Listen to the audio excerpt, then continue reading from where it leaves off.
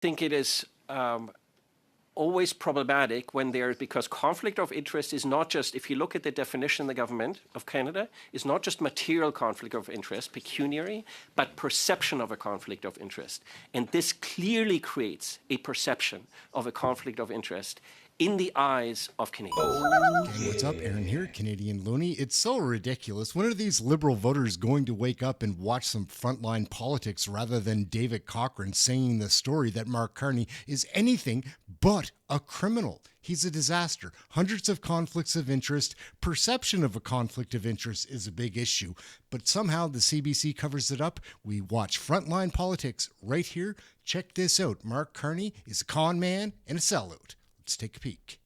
Given that this is over $1 billion a year contract, is it even remotely reasonable to foster all the blame on AECL for the single bidder contract to the all-American firms?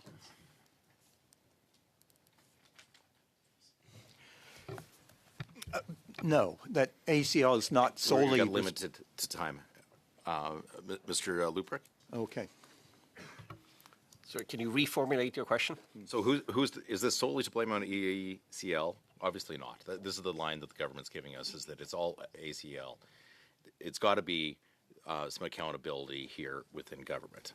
Would you agree? I think this is my broader point about ministerial accountability. When we cut out effectively all Canadian content and all Canadian players from this contract, that to me, in especially the time that we live in, is not acceptable. Created red flags with all the climate about the concerns about our neighbors to the south? It is, look, I sit on two boards, one of which I chair. That this did not raise flags with the board and with especially the chair of the board, to me is stunning. That it then did not raise flags with the minister's office suggests to me that we didn't pay close attention to what was actually happening and that we sold a good story and a good narrative.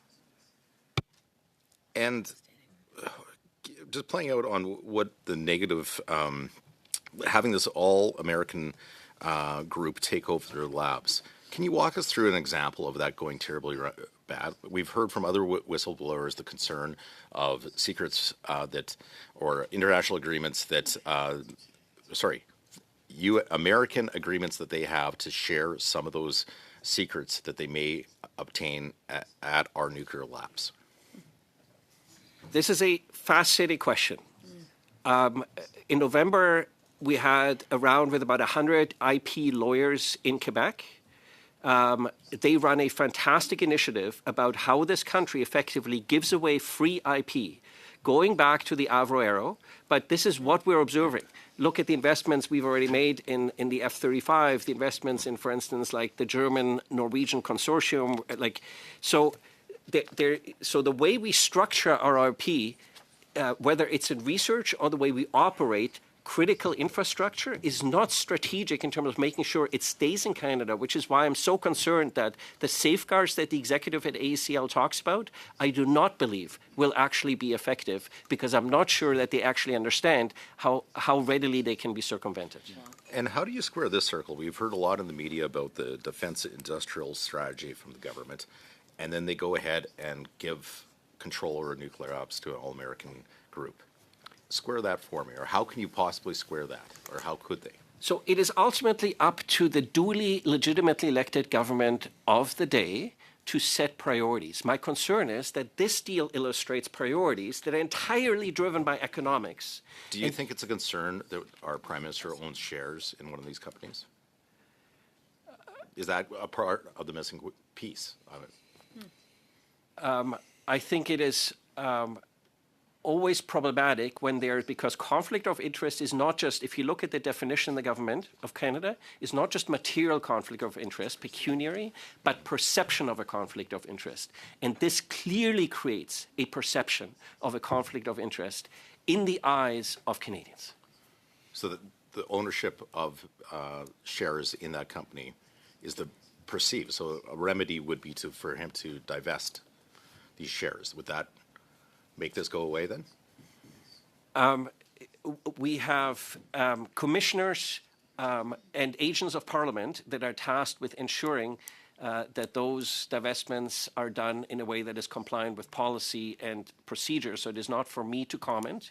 But I think we need to be much more rigorous in this country at avoiding perceptions of conflict of interest.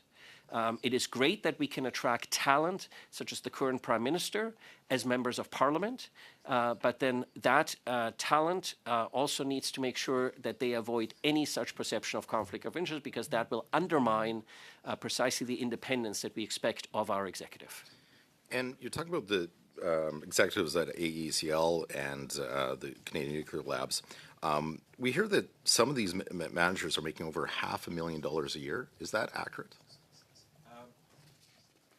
I skipped that part in respect to the chair of the committee to stick to my five minutes here. But look, 2025 ATIP shows that 9 AECL executives earned $722,000 a year, including travel.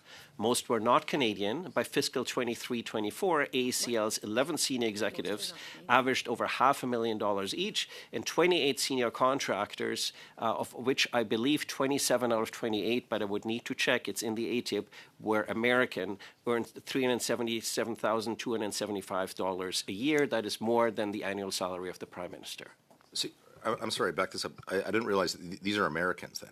Americans are making at AC, like who's paying for them then? The ATIP is linked to my opening statement, so you'll be able to refer to the ATIP for the details. Okay. Yeah, Mr. Tochor, you got 10 seconds. So, just to summarize, is this good value for money right now? Then these large salaries that are going to go to the Americans? okay. Without an independent assessment by a third party, we will never be able to tell. Thank you. We're going to wrap it up right there, gang. Aaron, Kennedy, and Looney, thank you all so much for watching. Mark Carney is a criminal. I can't wait for the next election. I hope that the CBC isn't going to fool any more of these dumb heads in the sand liberal voters.